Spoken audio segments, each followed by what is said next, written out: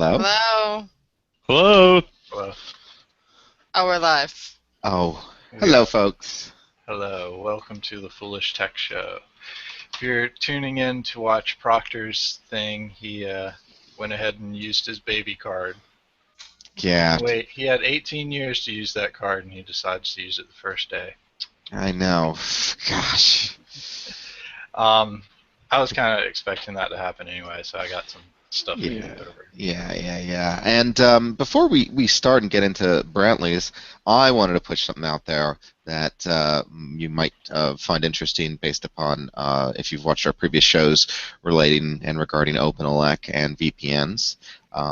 Is now a good time for that, Brantley, or did you want to go over something else? Go for it. Okay. Well, just real quick, folks. I don't know if there's anybody joining us just yet, but I tried out. I saw that yesterday. I believe OpenELEC 6. Actually, it might have been the day before yesterday, but this week, OpenELEC 6 came out, and they make it really easy in OpenELEC, the Embedded Linux Entertainment Center, to update the operating system. In fact, it creates by default a Samba share, and you just drop the update file into it and updates it. And I've done this before, moving from OpenELEC 4 to 5, and now from 5 to 6. Now, version 6, as usual, installed. The update was perfect. I mean, it's so quick. You just drop it in the folder, reboot it, and it's done in a second. I think it does one extra reboot, but at any rate, you're right back in, and you've got the new version of Kodi, in this case Isengard. It was Helix before in the older one, and everything seemingly works great. And I had a perfect experience watching my movies, and I noticed that all my plugins were still there. One of my plugins I wanted a little bit more security with, so I wanted to fire up my VPN. And there's always been a plugin for the VPN within Kodi, and there still was. It was there. And it's just that under OpenELEC in the interface, there's no longer any way to specify VPN settings. So whether or not the VPNs are, I don't know if the plugin is still functional, but there's no method to access VPN connections from the interface. I do not understand this. Apparently, I did some searching and found a reference that this was officially announced at some point, and it affected some of the beta builds. But I hadn't really messed around with the betas that much. As I've mentioned before, they're always unfinished, as you'd expect. Before I get on too long, though, but I just wanted to say that I'm working on a potential workaround. I'm trying to. I don't think that they've actually removed OpenVPN from the distribution, and even if they did, there is another plugin which allows OpenVPN to be installed, and I'm hoping that one of those two solutions will allow me to do some command line manually placing the OVPN files and the certs and the username and password up there into the folder where it would have been before, and maybe do an auto, start the VPN up automatically when it boots. I might be able to get it to work again, but it's just very disconcerting that they removed that, and why the developers made the decision to do that when they wouldn't have had to. I mean, it's not like somebody said, "Hey, make the VPN code better" or something. And the VPN code relies upon a very successful, OpenVPN is almost a universal standard when it comes to VPN technology. And so I really see no reason other than potentially pressure from someone else. But since it's completely free to begin with, I'm not really clear what that pressure would be. So if anybody knows or has any more information on that, or another alternative solution to working around it, because I'm not even clear mine's going to work, please let me know. And for the PIA for OpenELEC plugin developer out there, please, if it is at all possible, update your plugin to circumvent this restriction. Okay, that's it. Yeah, OpenELEC developers that are watching this right now. Yeah, please put that back in. I don't understand why you would remove such a core feature. There's a large plugin base that depends upon VPN functionality. It's always been a feature since as long as I can remember. And why are you ripping it out of people's hands? It's just poor customer service. That makes me wonder, because I said that was one of the things about that nicer interface that I had. it wasn't OpenELEC, but it was basically the same thing as OpenELEC, just had a nicer interface on the Raspberry Pi. It didn't have an option to look at the VPN stuff, so I'm wondering if they were basing it off that higher build. Maybe there's something in the newer versions that can't do VPN like you had. Yeah, I see. I don't know, but it's not a limitation of Kodi. It's a limitation of OpenELEC. So, At the worst, you can just build OpenVPN from source and set it up on your own. not under OpenELEC. OpenELEC doesn't give you access to the base system. You can't install packages. You can't get to a command prompt? You can, but good luck getting anything to install. It's Linux. You should be able to hack around it somehow. Well, I'm not saying it's impossible, but it's going to take me some work. I'm hoping the path that I'm thinking about, I'm hoping that'll just work. I'm hoping they didn't actually do anything other than remove it from the interface visually, but that doesn't matter because I can access it on the back end, through SSH and drop the files that I need in the appropriate locations, edit the startup scripts, and I'm good to go. I'm hoping. Again, unless they literally broke the functionality of OpenVPN in the system, it should work. And even then, like I said, there might be another plugin that puts OpenVPN back in place. So, yeah. Although I don't know how that plugin circumvents your protection against installing random packages, but apparently maybe it can, or at least I hope it does to work around the problem. Today is November 5th, and does anybody know what that day is? 11/5. It's also the day after Day of the Dead, I think, or 2 days after Day of the Dead. It's in that movie, Proctor's dude. baby's birthday. It's Proctor's baby's birthday, yeah. What's his name, Evan? Give you a hint. It's a mask. Yeah. Nick knows what I'm talking about. So it's V for Vendetta Day, or otherwise been taken over by Anonymous. And what is this a reference to the movie, or is this? Yeah. What? Yeah, it's a reference to the actual V for Vendetta, not just the movie, but Anonymous has taken over the Guy Fawkes mask, so they've taken this day as their holiday day. And I think today they were supposed to release that Operation 620 or 38 cities, something like that. Oh, that's right.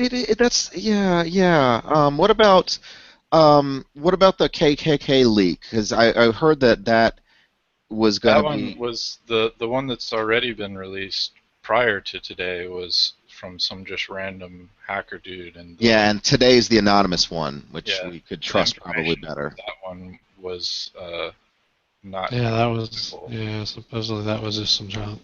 Yeah. So, but we will see the real data today. Is that correct? That's what Anonymous said they would be doing. Is okay. Well, let's hold them to it. Yes. Yeah, let's hold them to it. you Come on, Anonymous. Michael, they will not forget a group. You do realize that Anonymous isn't a group. Yeah, it's an idea. Yeah. Okay. Well. Hey, PhilThex. He's in our What's chat. Up? If anyone's out there and watching on YouTube or G+, join us at foolishtechshow.com or foolishit.com/live, and you can jump in our IRC chat and talk directly to us. We'll be there. Well, I'm not. Oh, am I? No, you got disconnected for some reason. I saw earlier. Yeah, Windows update. Oh. Well, you know what? My D72 settings does stop that. For me, it does. Stops it. Yeah, for me it does. It doesn't. I have to do it manually. Well, it prompts me to restart, but it doesn't do it automatically. Yeah.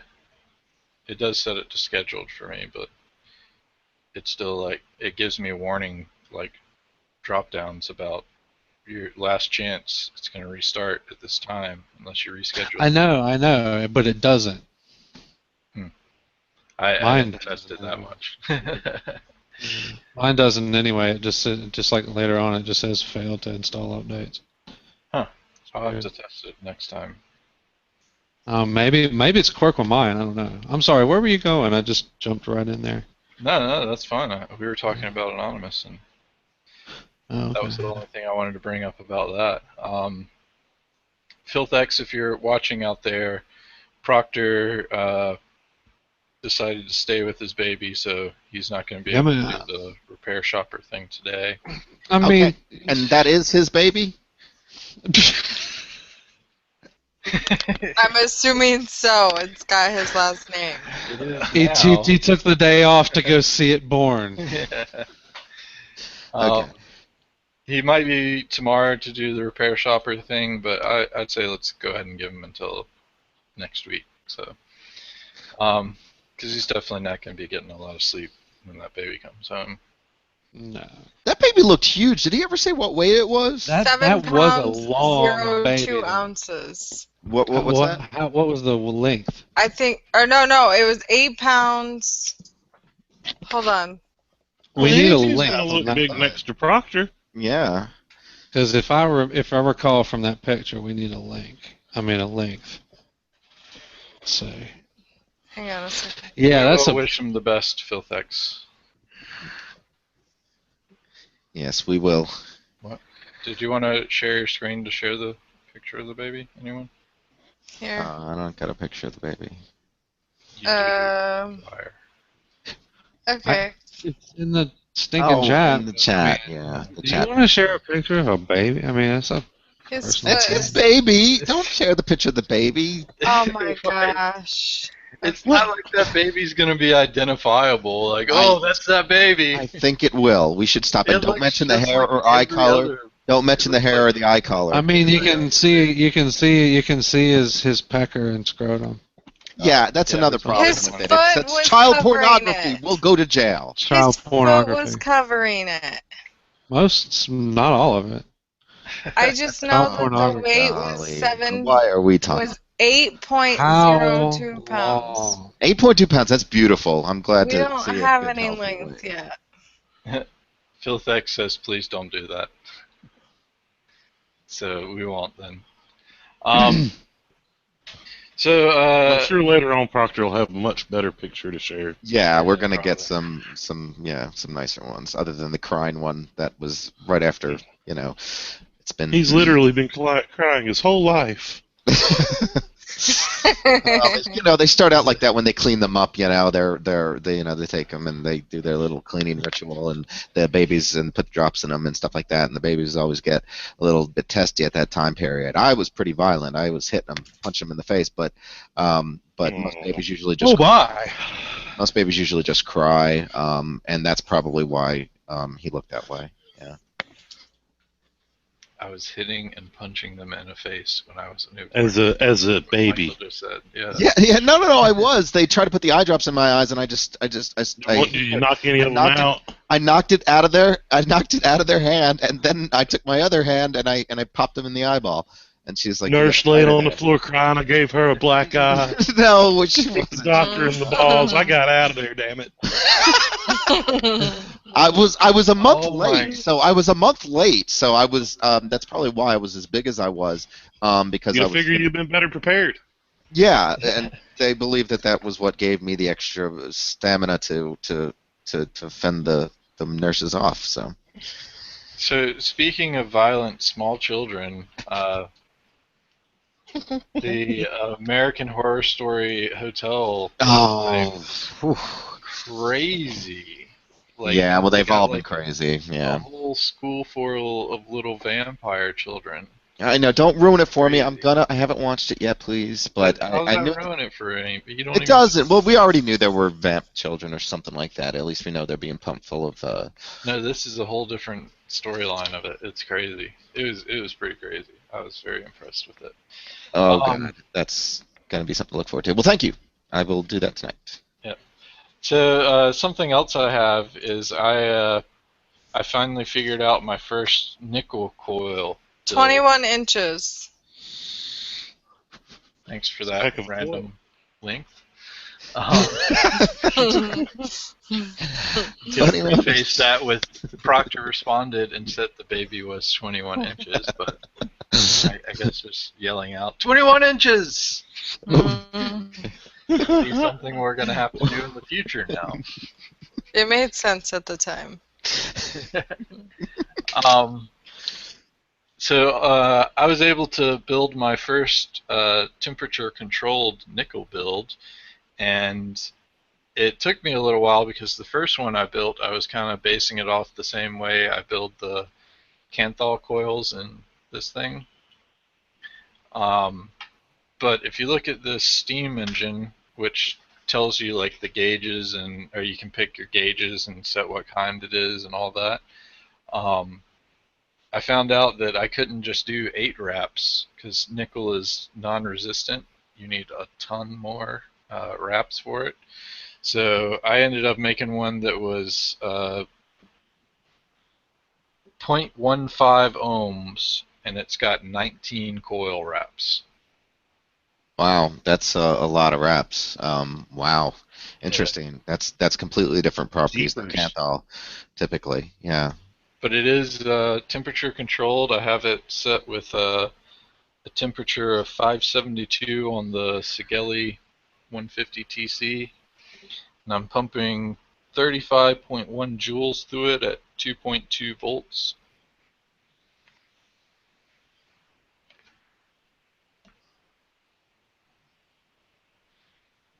Works pretty nice. It's only single coil though, so. Oh, okay, okay. That explains this. Not, you know. If you do a dual coil, you have to do like twice as many wraps for it. Well, and you'll cut the ohms in half. Hey, zombie worm, how's it going? I'm gonna see if I can try to get this top off of here. The O-rings on this thing are like insanely tight. Oh yeah, it'd be good to show off what those coils look like to provide a point of comparison, because I've only worked with the Canthal myself. If you can see, a little bit. It's not a lot, but that's the coil there. Mm-hmm. And it is fairly large and long. Drop some more juice in here.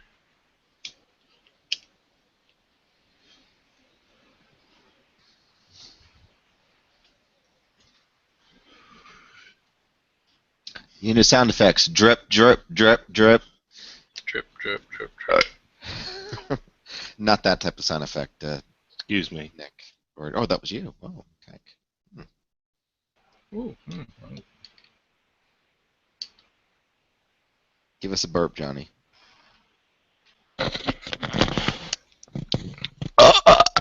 Oh God, Jesus! She always beats me. She always beats me. But on demand, it wasn't too bad. There we go. Now I got the holes open. We're gonna try putting it back on here. Yeah, don't let us go too far with this. We're having a burp contest, so apparently we're bored.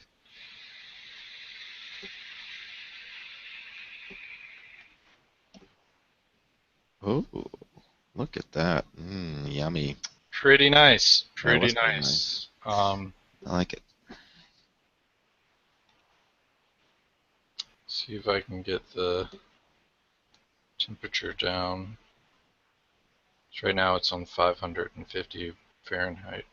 I'll take it down to 400. And essentially what the temperature control does is it makes it so you never get a hot vape. So I got it down to 400 now, and supposedly that means I can just pump as many joules into it as I want.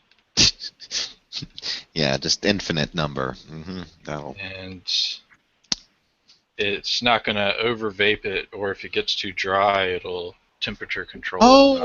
Get a dry hit, basically. Oh, I see. So no matter what, it will decrease that. Does it show you that, or do you have it set at a higher value and it just doesn't do that?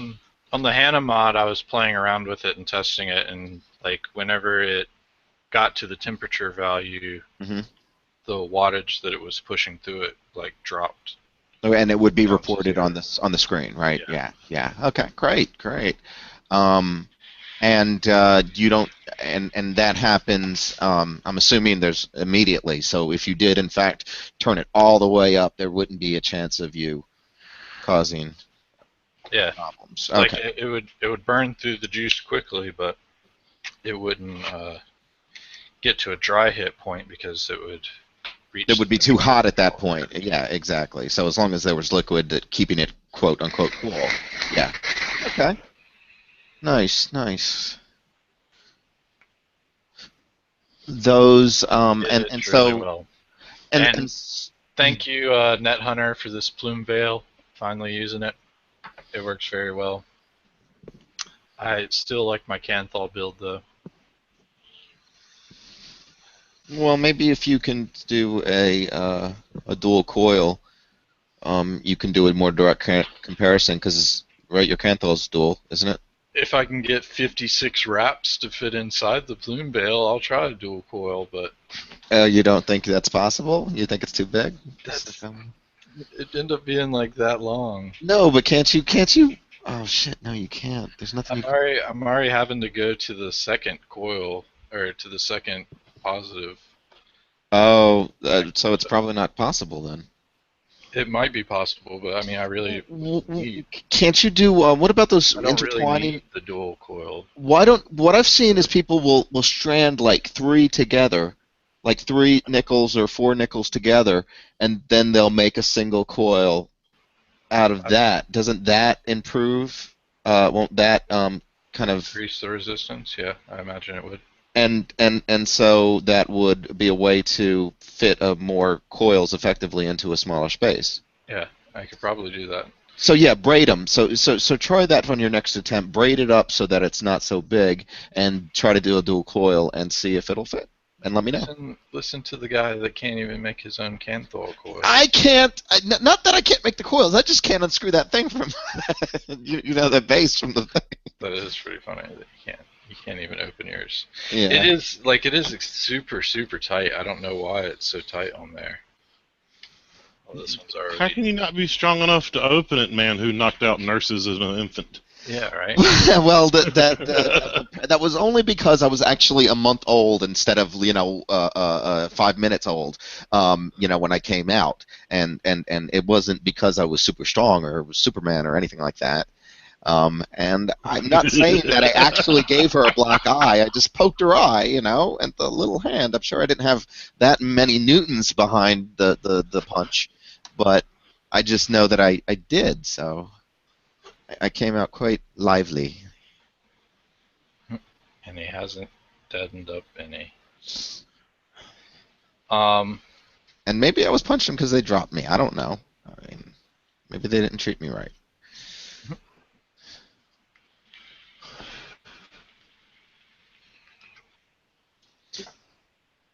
Yeah, so I'm really excited about that nickel coil. I've been wanting to get into the temperature controlled stuff and play around with that.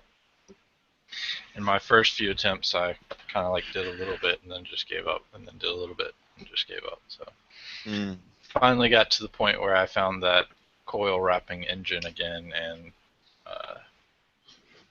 found that I had to quadruple how many coils I was trying to put on it. So. But the only thing is that, please, if you do decide to go that braiding route, I mean, that seems so incredible. I've seen the process. I've watched people doing it and creating them, but it just, I mean, I have hard enough doing it, because I don't practice, obviously. But I've found that the first time I attempted it, it was a little bit of a challenge, and it took me, and it probably took you, several attempts to get a good wrap, good wraps and the coil that you wanted from, first start. Right? I mean, you weren't making your right own coils from the get-go, right? You had to adjust. For my Canthal ones, I was. No, well, the first time you started, you did it right out the gate. Okay. All right. Well, whatever. I'm just saying that I thought that these. I'm not apparently that good with it, so my hands maybe, I don't know. But I certainly shouldn't be a surgeon, but yeah, if you're able to braid those wires and then wrap them around correctly. You can braid them with a drill. A drill, yeah, a drill, but I was thinking about doing that, but yeah. So when you buy the wire by itself, like I got 100 feet of Canthal wire. Well, Johnny got me 100 feet of Canthal wire, and I have 50 feet of nickel wire. So I have more than enough wire just to play around with and use. Like I've had this one for almost a year now, and I've barely used any of it. So it does last, yeah. Lasts quite a long time. And I also. But again, he doesn't mess up. So for those folks out there who aren't as perfect as Mr. Brantley, then maybe you might want to a little bit. I also have 10 sheets of organic cotton that I've had for quite a while, and it looks like I have 1, 2, 3, 4, 5, 6 or 7 sheets left of this. So the cotton lasts a long time, and considering like all of that combined, both coil packages and the cotton cost me like $10. Much cheaper than buying your pre-built coils, because those are like $10 for 5. So yeah, I just want to several like 5. I'm just interested. I've been trying to gauge the length of my my atomizer and my pre-built coils. The whatever that I'm using. I wanted to see how long it would last me, and I've got the same, one in, and I've had it in for basically several months. I mean, how often do you guys change out your, particularly Tank and Nick, how long do you guys go on a single atomizer? Yeah, I usually wait for the color change, but on these current coils, the color's not changing. I normally. I can usually tell. My throat will start to tickle a little bit. Is that how you notice? Okay, because I'm not noticing that the hits. It's not bothering me, and so I like you used to wait for the color change, but then I started actually paying attention to the taste more, and figured out that I could tell before it was going to go that far. Gotcha. If I paid enough attention, it just starts hitting a little rougher. It's not as clean as it is. See, on all the other ones that I've had in the past, I noticed exactly what you're talking about. That it would start to taste bad, and if I looked at it, it certainly would prove that out in color, and even degradation of it. But I'm not noticing that in the current coils that I have. They seem to be lasting significantly longer than any of the coils I've ever used previously, pre-built, of course. Well, my concern with leaving them in there for months is you have like mildew and. Well, again, the temperatures that it should be reaching, those temperatures that you were just quoting us from your temperature control mod there, is way in excess of what's necessary to kill bacteria and even viruses, frankly. Yeah, but you're hitting it before it gets to those temperatures. No, because it's vaporizing. Yeah, no. I mean, once it's vape, something has reached that temperature. It might cool down at that point. I don't know. I don't think that. But yeah, that would be my concern: is leaving coils or cotton in there for too long would just be nasty. Well, why not? The nicotine's going to keep it sterile virtually. And pretty sure they don't just douse people in nicotine at the hospital. Well, no, because it's not good for you. What a treatment that would be. Hi, Teeps 4. But nicotine kills most anything. Oh, Teeps 4 is back. Oh, tepesch. Tepesch. That's tepesch. Teeps. Tepesch. We'll find out shortly when he comes back. Hopefully. Disagree. So yeah, for mine, I normally don't leave mine in for at most a month, but it depends on what kind of juice I'm putting through it. Like if I'm putting this dark juice through, I change it out faster. If I'm putting lighter juice through, let it go a little bit longer. Yeah, dark juice definitely kills them quicker, I've noticed. And that's maybe why I use light liquids exclusively now. So this VCT Pro though, I have to keep an eye on what it looks like, because if it looks grungy, it like seriously ends up giving me like migraines and bad headaches. That's what happened to me yesterday. Is I was vaping on this one and I like just couldn't even stand up anymore. I had to go lay down and. Yeah, see, that's supportive. I've been very happy with the Arctic Horizon tank that I have, and its atomizers and therefore coils. And I'm not witnessing these types of. Now, of course, it could just be a personal thing, but I'm not witnessing these types of things from it, having kept it in there for now. This current one, about 2 months. So, I mean, I see what you're saying, and I appreciate it. I'm not saying there's anything wrong with what you're saying, but I do think it's very dependent upon the device. And I think I was pretty fortunate with this in that regard. But about getting back to your headaches, does that has that happened on all? I mean, what's the length of time typically that the atomizer goes before getting to that point? It's around a week to 2 weeks, depending on how much I vape it. Really? If I constantly vape it every day, I have to change it within a week. If I don't constantly and I go between my other ones, it can last up to about 2 weeks. If anybody out there ever gets a Arctic Horizon tank and can give me some information on their experiences with the atomizers in them, please let me know, because definitely, I know I don't smoke as much as you, and maybe that's just it. All you guys, all three of you, in fact, Teeps, I don't think I smoke. Teeps 4 is Filthex's big brother. Hi, Teeps. Oh. And nice. Is what I'm saying Teeps 4 the right way, or is what Michael's saying Tepesch, or it could be Teeps 4, but I think it's tepesch. Yeah, we'll wait a couple to respond to that, because they won't hear it for a while. Well, what I had to go over, I was probably going to go over more in depth tomorrow, but we can kind of go ahead and get a start on it. I had mentioned that thing about the computer forensics and being a misdemeanor in most states to do it for other people unless you have a private investigator or PI license. Some of them, it's a felony now. They've enforced laws to do that. Mainly the private investigators lobbying boards have made it to a felony for that point.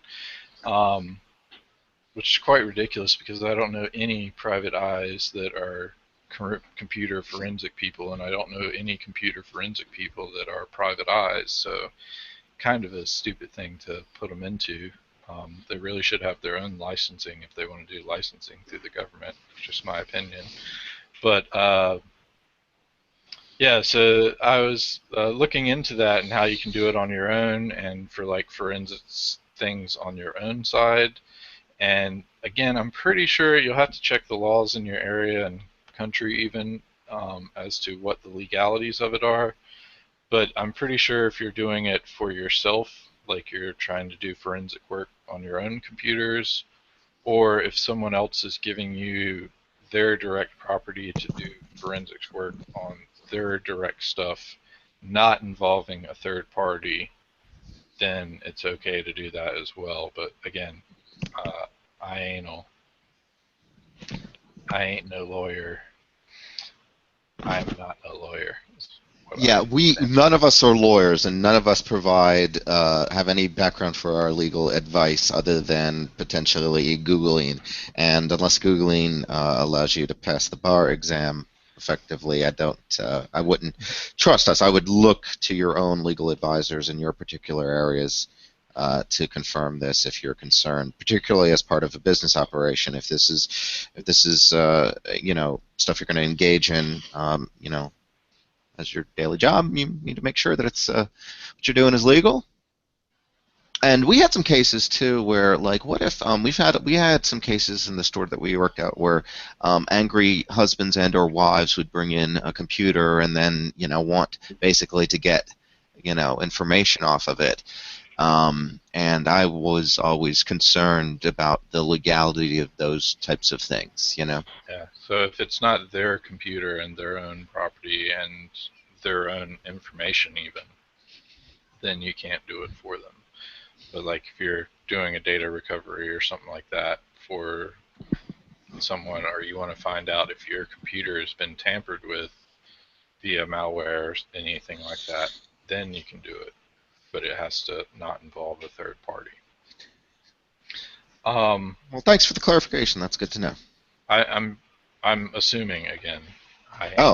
So, I mean, I don't see why there would be any reason that there would be a legal issue with doing it on either your own stuff or on doing it for someone.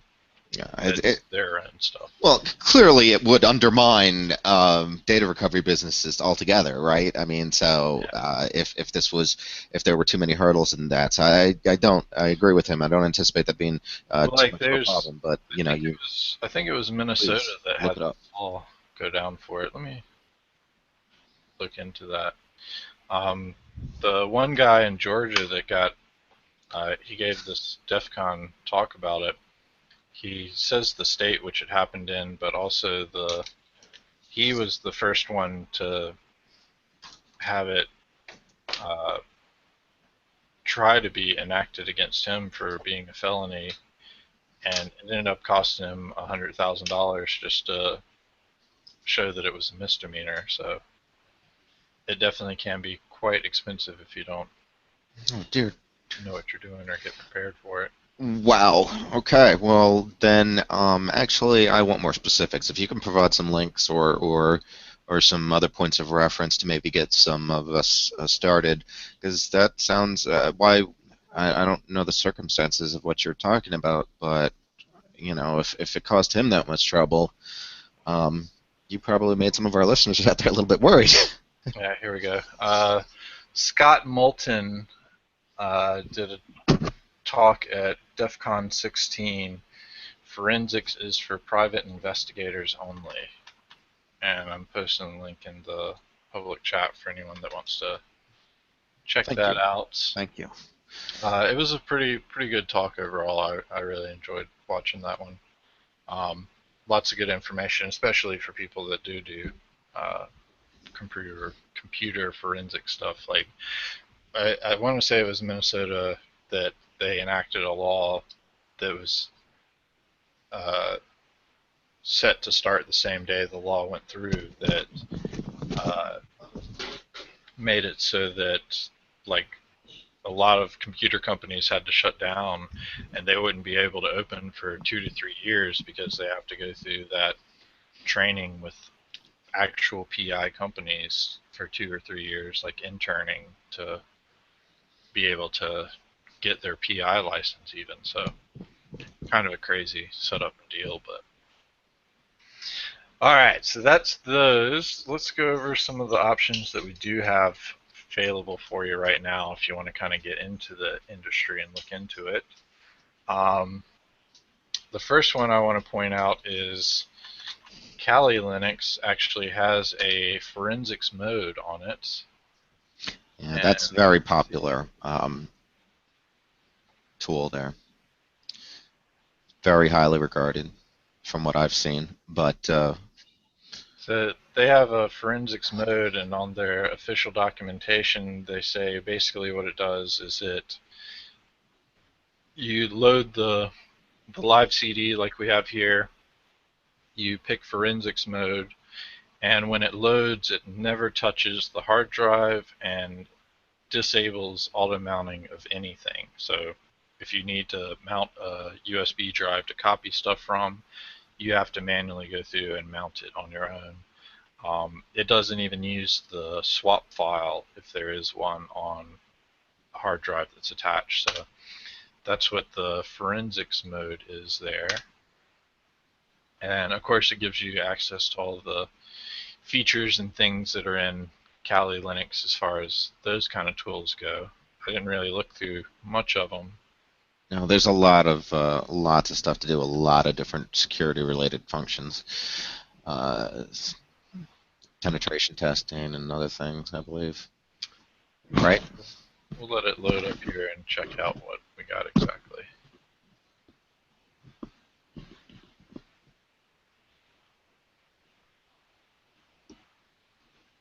And what's the size of that live distribution there? I want to say it's a gig. Okay. You can download it. Yeah, it's 3.1 gigs actually. Okay. Just curious. You can download Caine Linux from here. And this is what you get, and again, nothing's mounted automatically, so the hard drive that's in here wouldn't be. But you have some information gathering tools. Obviously, you would kind of want to go through and Sparta's Nmap, yeah, and Discover. Okay. You would want to research these tools and find out more about them before you just went around and playing in here. Well, these are the go-to tools for their particular purposes. Yeah. They do have a forensics specific section here. Oh, now that might be interesting to go into.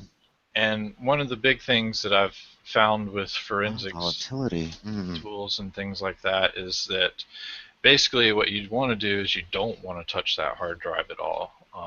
You want to load up into a live environment and then copy that hard drive. And that's actually what this other tool, Deft Linux, does. Essentially, all of this gives you the ability really to do that I could pick up is go in and make a copy of the hard drive that's in there. So you can clone that device and make an image of it, and then you do all of your forensic work on that image of that device. This one, like I said, it basically all I could see that it really gave you here is ability to get to the cloning side of it. So you'd start this up and you'd clone it and then image it basically. Is the big thing that this one does. But I'm sure there's a lot more in this that I don't know about or haven't checked out. And this is Deft Linux again? Yeah, Deft 0. And I'll post the link for that one here. Right here. Do you have a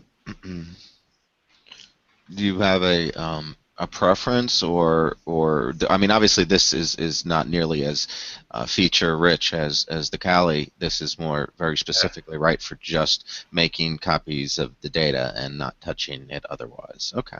That's what it seems like to me. I'm sure there's. But Caine should be able to do this as well, right? Yeah, you can do that. I mean, you can make images with just a regular USB one.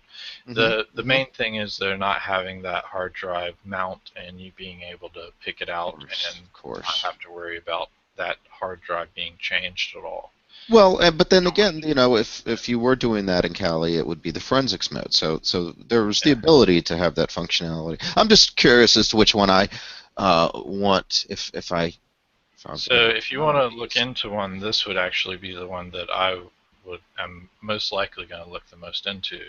Caine. Is Caine, which has been highly touted, as well as the last one that I'm going to go over here. But the download for Caine is here, and they actually just came out with today Caine 7.0. Prior to that, it was Caine 6. But Caine 7.0 came out, and that's the one that we have here. And this one does seem to give you a whole lot more options as far as built-in tools. So your forensics tools, you get a lot more things that you can go through. You can see some of the data recovery things that you would want to work with, copying images there, hashing things, and also it gives you some of the other things that I like the that under disk it has guy manager too. Yeah. It does the same thing. Go under disks. Timeline manager. Yeah, and see, things like that. Guy made that one. Yeah, the same one. So yeah, this one looks like it's most geared towards forensics specifically. Yeah, it does. You do a lot more analysis, hashing, The timeline thing is something I heard a lot about in a lot of the forensic YouTubes that I watched here recently to kind of get a gist of what to do. But essentially what this does is it goes through and gives you a timeline of the files being changed on the computer. So I thought that was pretty interesting. You can do memory dumps, database forensics, mobile forensics. It looks like it has an iPhone backup.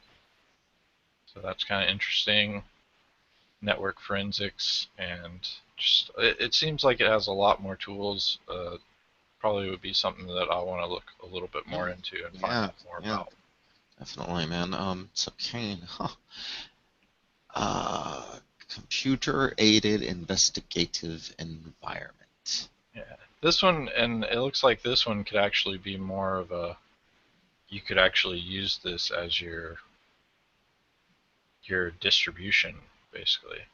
So like you could use this as your installed OS. So it does look like it has a lot more than just forensics, so you could actually get other stuff done while you're doing forensics. Not that that's recommended per se, but well, no, I mean, play a whole bunch of games while you're. Times when you may be doing like hashes or waiting for some of these things to finish. I suppose, yeah, that's good stuff. Good point. Or if you're using this as your everyday OS, that you not only want to do forensic stuff on it. So this one looked like the most well-rounded one. I really like the look of it, and again, we'll probably jump into it more when I have more time to really get into it, find out some more info about it. The last one I want to go over is a Windows tool. Oh, crap. And this one's actually been pretty highly touted as well, so yeah, but it's not sure why you say all crap there. Okay, but I mean, I'm again working within the limitations of Windows. Is this not a boot environment, or is it? No, this is not a boot environment, and for some reason I couldn't even get the 32-bit one to install on my virtual machine, so I had to install the 64-bit on my local system. And is it it's an installation, so it's not a portable app or anything like that? Correct. This one is a little bit different though. It's kind of past that imaging process, so you might use this to hook up the drive and make an image of it, save it to a different drive, and then use this program to actually go through and review the results of it. Oh, okay. Can you? We'll go ahead and close this case and do a new case so we can kind of walk through what you do there. So a new case, we'll just do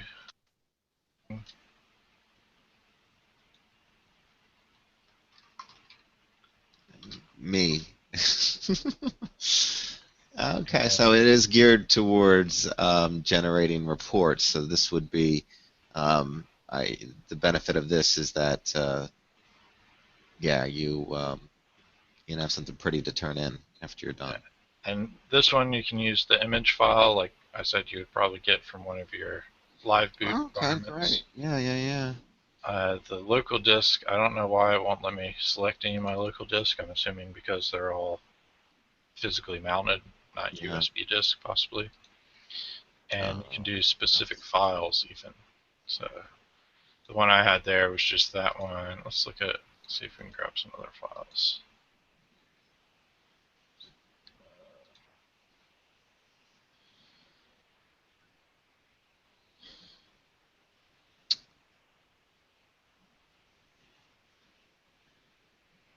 My downloads folder is terribly full.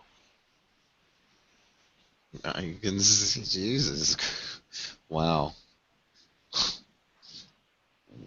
Yeah, that's why.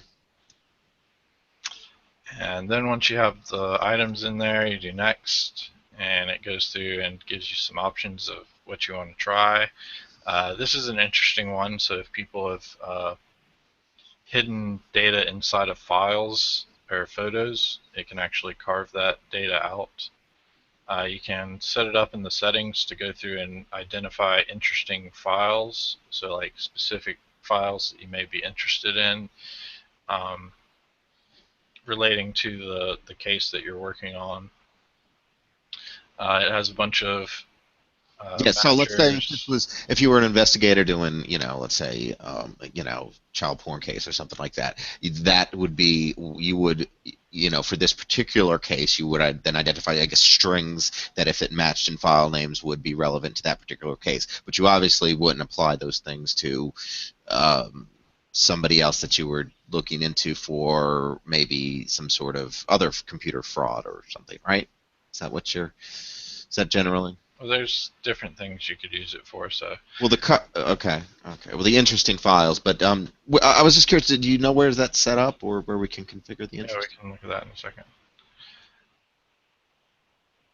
So it goes through and tries to analyze that file set, and then it gives you some different views on them and kind of puts it in a nice working order. But it doesn't touch that data when it's doing that, right? I mean, other than reading it in, but it doesn't actually, yeah. Yeah, but you can see if we were looking at a full hard drive here, that having everything split up into images, video, audio, archives, EXEs, and things. Yeah, absolutely. Would make it really nice to be able to look through this hard drive and find out more about what's on there. And the deleted files, if you know somebody was wiping right before you came. Yeah, so lots and lots of interesting things there. You can even sort them out by the size of the files. Yeah. And then it goes through and gives you more results. Let's see. We did get a URL expression from inside of one of these EXEs. Interesting. Okay. And a bad IP address, no less. Let me see that. What? Why is that referenced?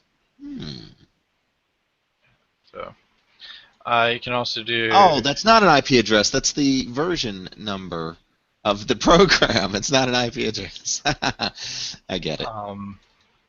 You can also set up hashes, so if something matches a specific hash, so like if you're doing corporate espionage and you had the hashes of certain files that you were looking for, you could add those hashes in there. List out email messages. What's in the yellow triangle in the bar there at the top? The warning, the 32 or something warnings. Yeah, what are those? Oh, okay. These are just information. Okay. Just curious.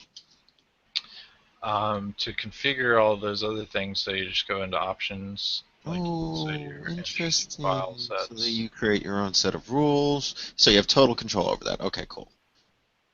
Different file types, file extensions, hashes if you wanted to do hash databases.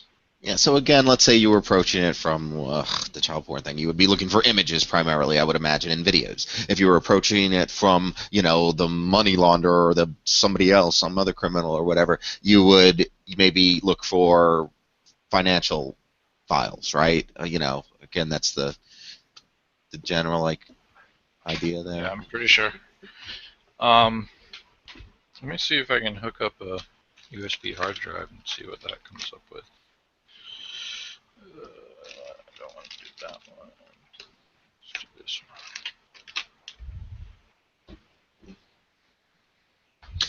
one. Maybe it is. So I was just, I was trying to follow up on that, and I'm not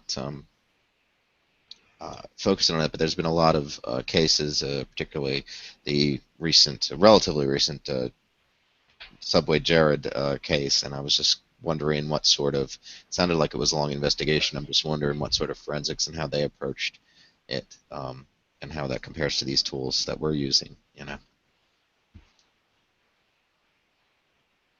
Yeah, so it is just looking for USB drives.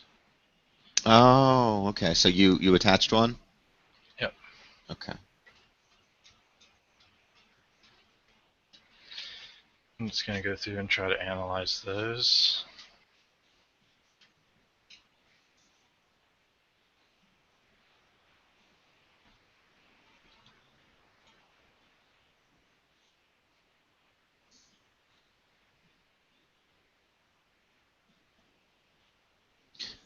Extracted content. That's going to take a long time to analyze. Oh, wow. It's only at 1% right now. How big is that USB drive you put in? 60 gig SSD. That's a 60 gig SSD. That's a lot of data, dude. I don't think it has 60 gigs worth of data on it. But it's going through USB 3. Should be pretty fast.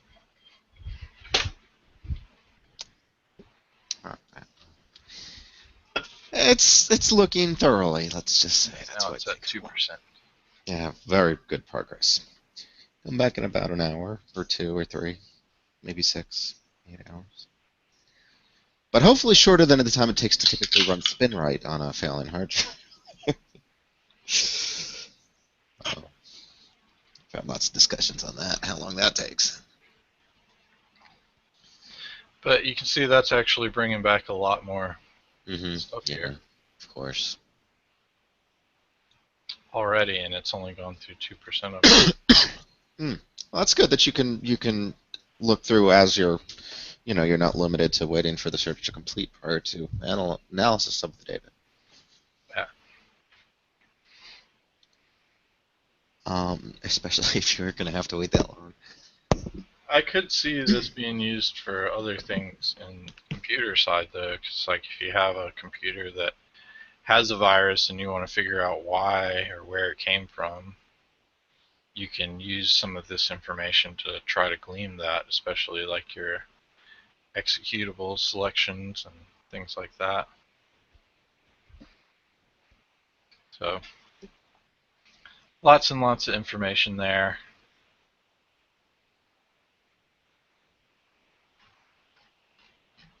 This is actually just a file backup drive, so that's why you see all these weird name things.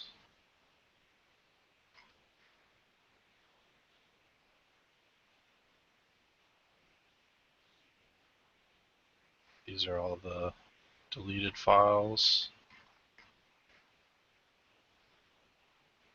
Look at things that are just big.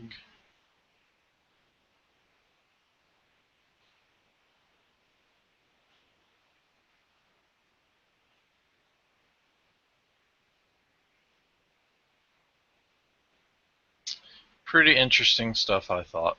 So we're not going to go through this whole thing. That is going to take way too long.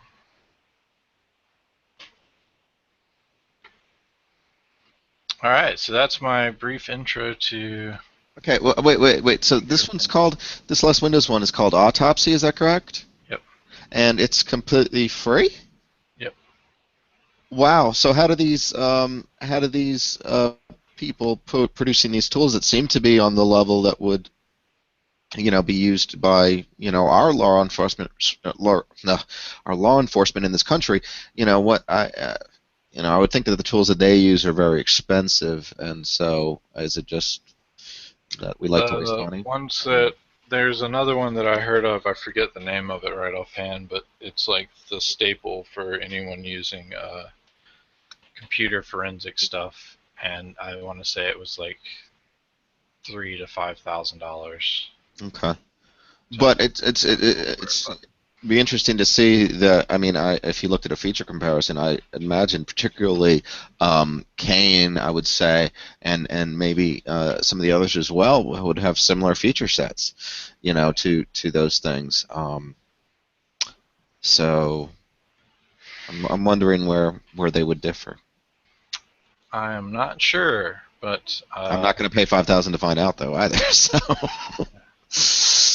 I would say it probably gives you a much nicer GUI interface. It probably has some legal testings that make it hold up, so that the results it finds hold up better in courts of law and things like that. Gotcha. So, I mean, these are the tools that PIs would be typically using, whereas maybe traditional law enforcement would use the other tools. Because now Dick Tracy, his computer on his wristwatch is going to be for computer forensics, apparently. Such a dumb was Dick rule. Tracy so Dick Tracy was a private eye? Is that what he was?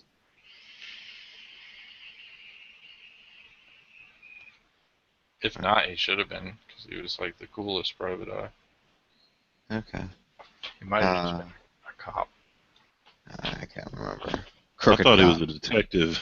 Detective, yes.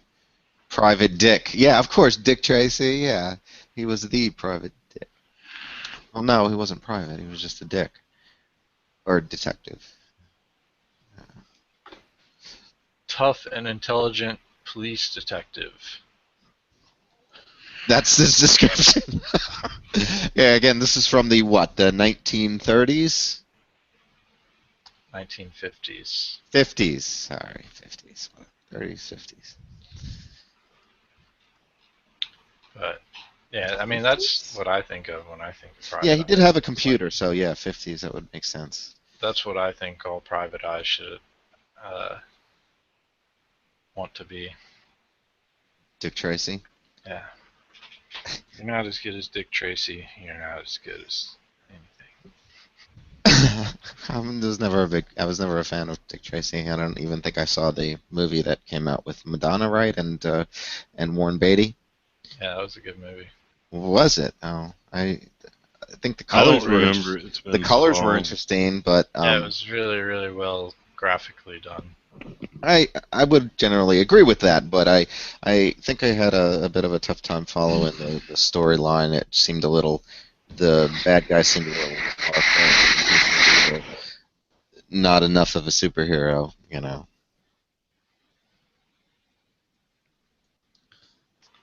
He didn't have any superpowers, right? Nope. Yeah. Just super intelligent. Hey, Michael, I did find something that you might be interested in. Well, I was shown something. I didn't find it myself. Ooh. A social network centered around privacy. It sounds like an oxymoron, frankly. It's called Scene.is. Alright, I'm already scared. Is this okay? Where's .is? It's not the island of Man, is it? Oh, it's Iceland. Okay. Iceland, I believe. Let's see. If you go to their webpage, they kind of go through and tell you about it. No spy. What is it? No spy social media. Welcome and have fun. I mean, you got to sign up. So. Yeah. Privacy. We're hosted in Iceland for better privacy. That's their take on privacy. Hey, we're in Iceland. It's really cold here. You probably don't want to come here to get the data. It's from the same company that does this place, which is unseen.is. And what that is actually a alternative to Skype and stuff like that. And even on their sign-up thing, they have an anonymous start audio video conference. They are. Oh my gosh, I'm looking at it. And they have, interestingly enough, Japanese and Chinese, or is that Korean? What is that? Language, that's Taiwanese and Chinese. Okay. But I thought those were interesting just to point out. They say 3.6.6 V beta. What's in beta? Oh, this app? Yeah, I guess. But I mean, because you have to sign up, why is that such a big thing? That just means that you have a identity that somebody can look for. It doesn't have to be your identity. I suppose. I mean, it's not hard to get an email address. I just don't know. I don't know what. So, but I mean, what is the security that they're touting? So the only thing I've seen on that scene.is is the fact that they're in Iceland. The unseen thing. They mentioned that they're private and secure messaging, email, and calling, but I want to know what they're doing, what their special sauce is for making that privacy and security happen. No data mining. So. Once you delete something, it's gone for good. How does it work? Encryption takes your data. Okay, so encryption. We utilize industry standard OpenPGP encryption for email and TLS for audio-video calls. For chat, we use much stronger XAES algorithm and NTRU for key exchange. Okay. Well, okay. But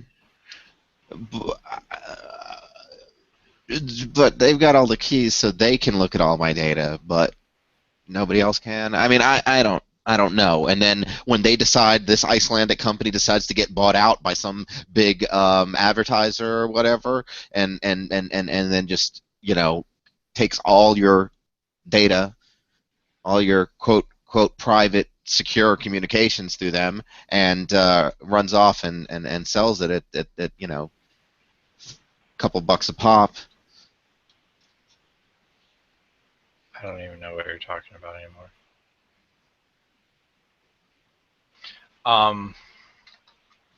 Anyway, I just thought that was something interesting to mention out there. Just those crazy Icelandic people. Don't let them take your data either. Just be careful and research these if you're gonna use them. Don't just take their words. Oh, hey, I'm private. Hey, I'm secure, and that's good enough. You know, you need to do your research, because companies do get bought out, and you know. Michael, reach out and trust someone. No, but listen. Places sell your data, you know, without your knowledge. You know, when a company's assets are taken over, part of their assets are customer information, and that literally has a monetary value. And so people buying it don't just look to buy, you know, the business or whatever or anything that they had. They're a lot of times just shopping for the customer data. That's cool, Nick. Where did you set that up on our own server? Yeah, we have that now. That's pretty sweet. Kind of would replace the BitSync, I'm assuming. That's what I was kind of wondering if it could do, and then like I was like looking with it or playing with it earlier, and I think I'm going to replace all of my online syncs with it, because it can do external storage too. So like I have my Google Drive connected to it and everything else. What's our logins to this? You don't have one. That's interesting. Okay. I mean, the thing I like about the BitSync is being able to split up the transferring. Yeah. And everything's hosted in however many peer sections you have. So like we have it, our BitSync is backed up in 5 different locations right now. But yeah, well, I don't know. I mean, there's pros and cons to everything. I was looking at this, and it's I like it. I like the notification options. There's like, dude, there are plugins for I like the RSS reader. We're talking about OwnCloud. It's got /. Yeah.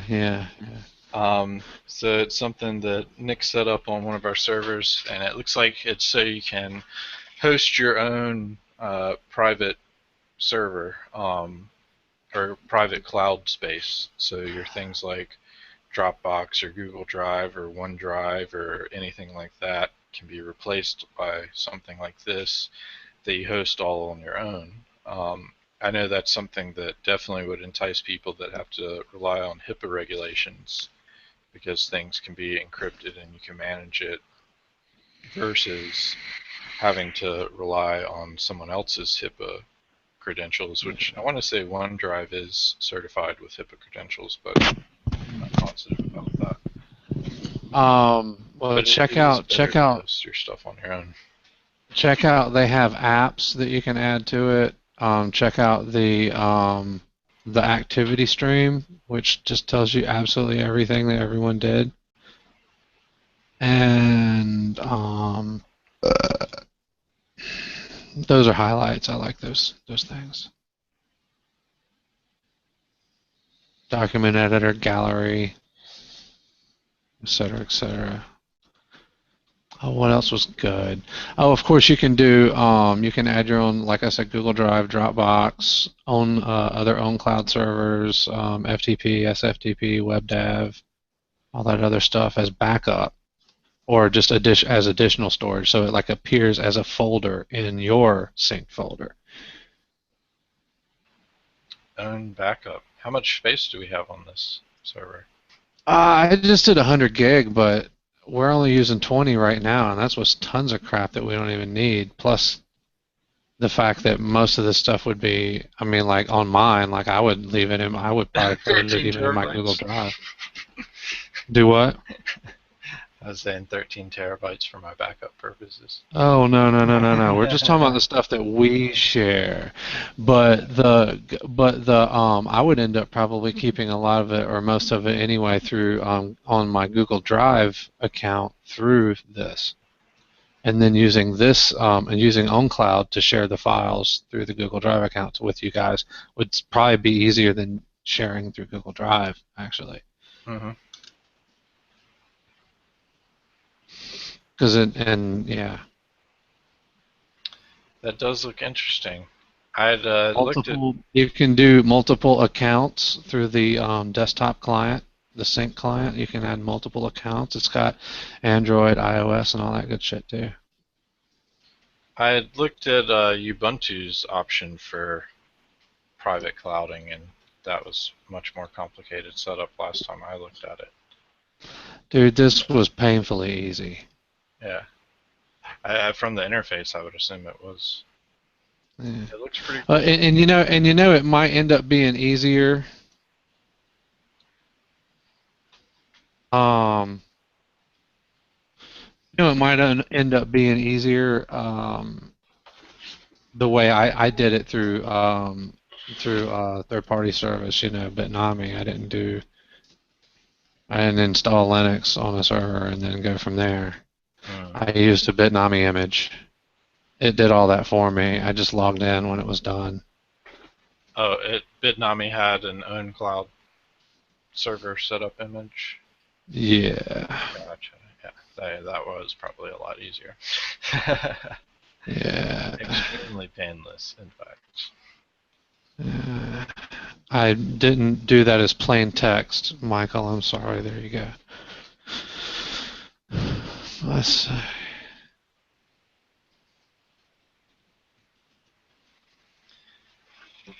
That's cool. It would be nice if it had a BitSync integration, so we could just connect it as a BitSync peer and have everything sync over. Oh, I didn't actually create the account. I just made up the credentials. Sorry there, Michael. What, John? I didn't create your account. I just made your credentials. Never mind. Okay. Yeah, I heard you created credentials for me. Thank you. I appreciate that. Yeah, but I forgot to create your actual account. But I've done that now. He just gave you some words that don't do anything. Oh. So, well, we made it past the hour today, so we got some interesting things, it looks like, to talk about some other time with OwnCloud. Once we get set up with it and play around with it, we might have some more to come back and talk about. Dude, it looks like fun. It's cool. Hopefully everyone enjoyed what little brief introduction I was able to give on computer forensics. When Proctor comes back, we'll have a Repair Shop R or a PC repair tracker overview. Probably going to be next week. And then Monday, we have a bacon day. So very excited about that. We're going to be cooking bacon and eating bacon. And, I mean, it's going to be amazing. It just will be amazing. But otherwise, thanks everyone for watching. We'll be back tomorrow evening at 6 p.m. Eastern Time. So join us at foolishit.com/live or foolishTechShow.com. And we'll see you then.